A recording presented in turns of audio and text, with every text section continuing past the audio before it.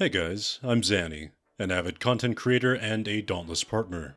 Today I'll be covering some of the major features coming with patch 0.7.1, starting with the incorporation of the Mastery System. Replacing reputation tracks, the Mastery System functions as a representation of your progress through the game, and your personal growth as a Slayer. For every behemoth you slay and weapon you craft, you'll be given a set of challenges related to them in the form of either a Behemoth Mastery card or Weapon Mastery card. Completing these challenges will help advance your Slayer level, a representation of your accomplishments throughout Dauntless, and will provide you with a variety of rewards. These include permanent increases to your health and stamina, more loot from your hunts, and even weapon modifications that can dramatically alter the way your weapon functions. You can only equip one modification and one special move at a time, but the process for doing so is pretty similar to cells. Just check the Modifications tab in your loadout menu, choose the modifications you want, and bam, you're done.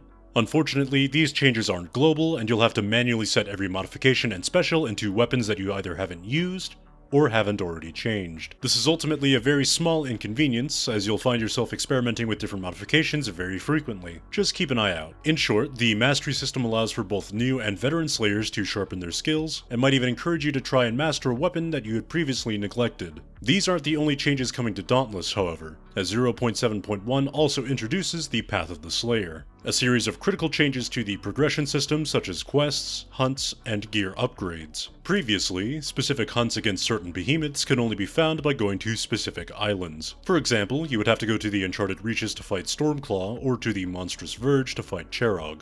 With the new rework, you'll progressively unlock new behemoths to fight and patrol based on a mix of both quest and mastery progression, as all islands have been pulled into the Greater Maelstrom. Gear upgrades will now put a much more heavy emphasis on collecting and gathering both Arkstones and Elemental Orbs, new crafting materials that are replacing some of the older, redundant parts found from pre-Maelstrom behemoths of the past. Existing parts that are being removed will instead be converted into these new materials, meaning that your time spent grinding for these parts will still be relevant even now. Any behemoths that you've unlocked and have previously fought before will still be available to you, and have been organized by their threat level as well as their element in your map screen.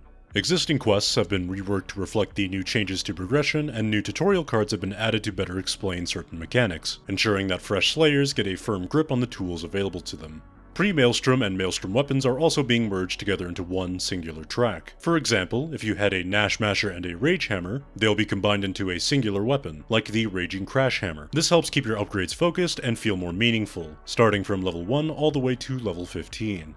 Any progress you've already made on your weapons and armor will be applied to your new gear, up to a max level of 10, with the ability to be further upgraded to level 15. On the topic of equipment, a lot of the innate infusions and cell slots on armor and weapons have been changed, maxing out at a bonus of 1+3 innate infusion at upgrade level 10. This change will make achieving more slaying power less reliant on cells and more reliant on mixing and matching gear pieces to achieve high perk levels. On top of this, some of the older behemoth weapons have received new or altered unique effects. Experiment to see what works for you, and see if you too can become a build god. Moving on, I'll be talking about some of the more major gameplay changes and balancing changes introduced with the Path of the Slayer update, starting with Slayer revives. Slayers will now be able to self-revive 3 times in a hunt, up from once before. For each of your revives still remaining, you'll receive a bonus loot roll ranging from cells, orbs, and Arkstones.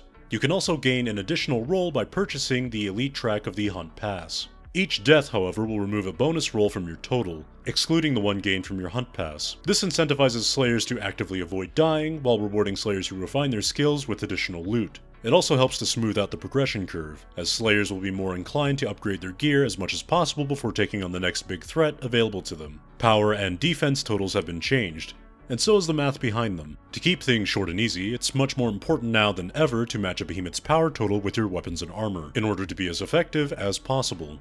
Damage increases for being over a behemoth's total power has been nerfed, meaning that your overall damage output against endgame behemoths like Shroud, Koshai, and Rezakiri using elements they're weak against has been reduced. The max power total for weapons and armor is 550, at upgrade level 15. Valamir has been the target of some pretty considerable nerfs, with the most pertinent being reductions to his base health and the damage dealt by most of his attacks. Some of his visuals have also been tuned up, along with the targeting AI of his ranged headbeam attack. Overall, this should make the fight less punishing for both his heroic and non-heroic encounter in the long run. Stormclaw will no longer infinitely plant fences around Slayers, much to my relief, and to the relief of fellow Slayers. Flight of Ruin can now interrupt with weighted strikes +6, leading to the ever-increasing decline of Shrike and Embermane populations. Non-heroic Koshai now has a chance to drop rare break parts, though epic parts will still remain a heroic-only feature. Daily quests are now being replaced by patrol chests, and can be opened only by going on patrols. These chests can be accumulated but have a pretty restrictive cap, so I recommend taking the time to actively open your chests whenever you get them. You can find these changes and more at playdauntless.com and in the patch notes linked in the description. And last but not least, Season 4 of the Hunt Pass introduces a barbaric, warrior-esque style to the Shattered Isles. In my opinion, this new season has some of the best cosmetics to date, including one of the coolest hunt arrivals I've ever seen. The basic track is free for all slayers and contains modest rewards for those who progress through it. The elite track, the one rich with cosmetic delights, costs 1,000 platinum, or the equivalent to $10 US.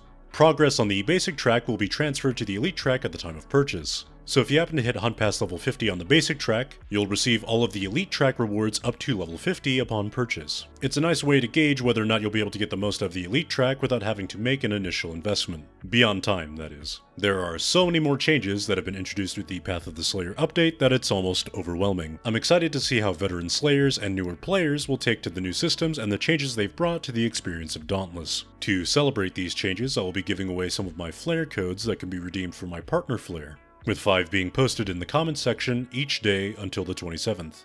Otherwise, that's gonna wrap it up. If you like this video, feel free to subscribe for more of my content in the future. Otherwise, take care, and have a good one.